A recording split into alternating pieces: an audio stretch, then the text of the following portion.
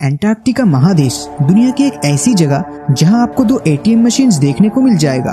कुछ ऐसी ही अजीबोगरीब चीजों से ये महादेश भरा पड़ा है। यहाँ का तापमान इतना कम होने के बावजूद यहाँ ऐसे 400 लेक्स है जो कभी जमता ही नहीं, और ना तो यहाँ कोई टाइम जोन है और ना ही इस महादेश पर किसी और कंट्री का कोई अधिकार है। ये जगह देख के ऐसा लगता है कि ये मानो किसी और ही प्लेनेट का हिस्सा है। पूरा महादेश बर्फ से ढका होने के चलते शायद आपको लग रहा होगा कि ये जगह हमेशा से ही बर्फ से ढका हुआ था, लेकिन सच्चाई तो कुछ और ही है। आज से करीब 16 करोड़ साल पहले ये एक सुपर कॉन्टिनेंट का हिस्सा था। मतलब तब एशिया, अफ्रीका और यूरोप जैसे सारे महादेश एक साथ आपस में जुड़े हुए थे और तब की गर्मी आज के मुकाबले काफी ज्यादा हुआ करता था। लेकिन समय के साथ यही सुपर कॉन्टिनेंट एक दूसरे से अलग हो गया।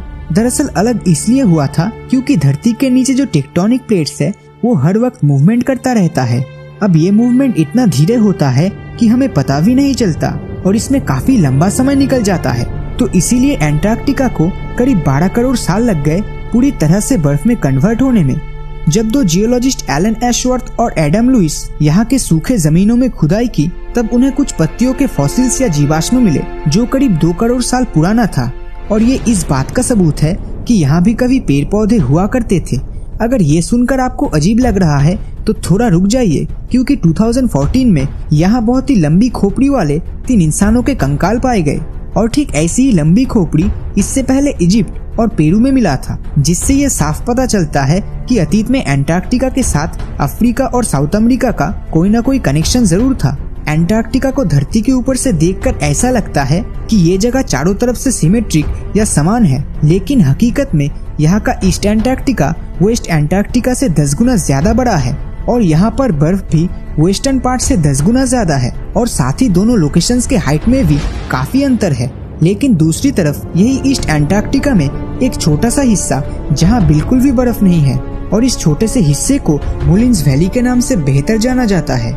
ये जगह हमारी धरती से इतना अलग है कि नासा ने इस जगह को स्पेस प्रोग्राम के लिए टेस्टिंग साइट्स के तौर पे चुना है। और ये जगह आज भी वैसा ही है जैसा आज से करीब 1 करोड़ साल पहले हुआ करता था। और इस मुलिन्स वैली को देखकर ऐसा लगता है जैसे मानो ये धरती नहीं बल्कि मार्स या मंगल ग्रह हो। मार्स प्लेनेट से याद आया, साल 2002 में एक छोटे पत्थर के साइज का उल्का पिंड इसी एंटार्क्टिका में आ गिरा था, जो 2015 में कुछ साइंटिस्टों को मिला। फिर रिसर्च के बाद ये पता चला ये उल्का पिंड और कहीं नहीं बल्कि खुद मंगल ग्रह से आया था। आप सुनकर हैरान हो जाएंगे, लेकिन 90% मीटेओराइट्स जो धरती में पाए जाते हैं वो सब हमें एंटार्क्टिका में ही मिलता है। पिछले 50 सालों में 10,000 से ज्यादा उल्का पिंड इसी महादेश में पाया गया है, जिसमें से कुछ उल्का पिंड करीब 7 लाख साल पुराना है। इसी उल्का पिंड के बारिश से डायनासोर्स का अंत हुआ था, ये तो हम सब जानते हैं।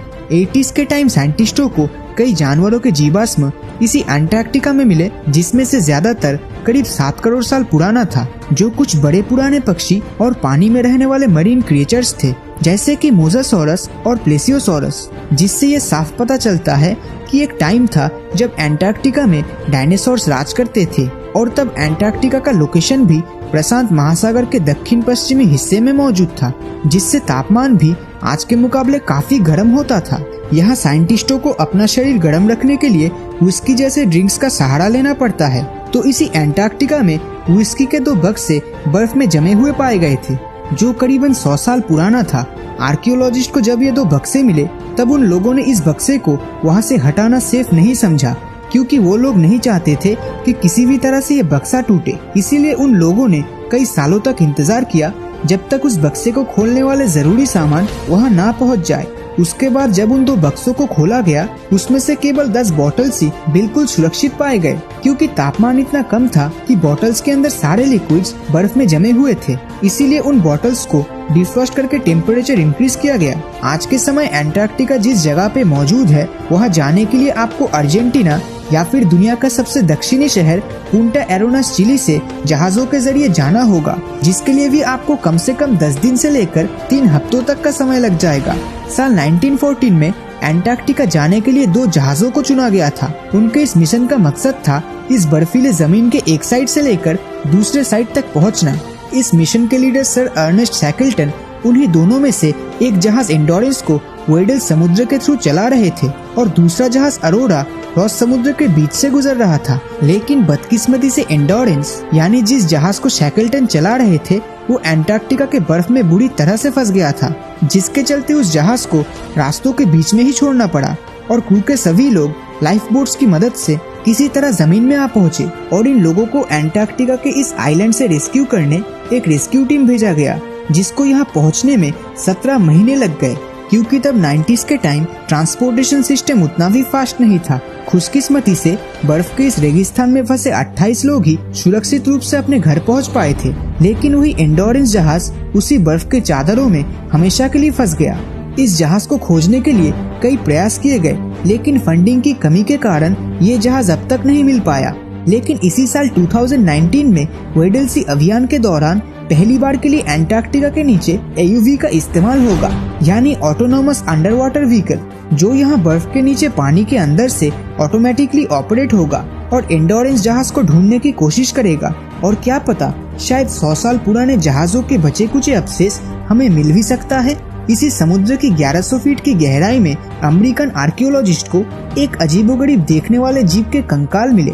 ताज्जुब की बात तो ये है कि ये जीव देखने में इतना ही अजीब था कि इसके लुक्स से लेकर शेप्स तक कुछ भी आजकल के जीवों से मेल नहीं खा रहा था। इसे देखकर ऐसा लगता है कि ये मानो किसी और ही प्लेनेट का जीव या एलियन था जो किसी तरह एंटार्क्टिका में पहुंच गया। क्या आपको इस एलियन जीव के बारे में डिटेल में जानना है? तो उसके लिए आपको इंतजार करना होगा इस वीडियो के अगले एपिसोड का। इस वीडियो में 21,000 लाइक्स का टारगेट पूरा कर दो गाइस। जिस दिन टारगेट पूरा होगा उसके 5 दिन के अंदर हम इस वीडियो का पार्ट 2 अपलोड करेंगे, जिसमें उस एनिमल और एंटार्क्टिका के बारे में इससे भी ज्यादा इंटरेस्टिंग चीजों को हम डिस्कस करेंगे। तो वीडियो में डिस्कस किए गए इन सभी इंटरेस्टिंग फैक्ट्स में से आपको कौन सा सबसे अच्छा लगा? मुझे पर्सनली ATM वाला इन्फॉर्मेशन काफी मजेदार लगा और आपको नीचे कमेंट करके जरूर बताना। और अगर ये वीडियो आपको अच्छा लगा तो इस वीडियो को लाइक और अपने दोस्तों के साथ शेयर करना मत भूलना। और अगर अभी तक आपने हमारे चैनल को सब्सक्राइब नहीं किया है तो सब्सक्राइब करके नोटिफिकेशन बेल को ऑन कर दीजिए, क्योंकि मैं ऐसी ही वीडियोस हर हफ्ते लाता रहता हूँ। तो मिलता हूँ आपसे अगले वीडियो में और हमेशा की तरह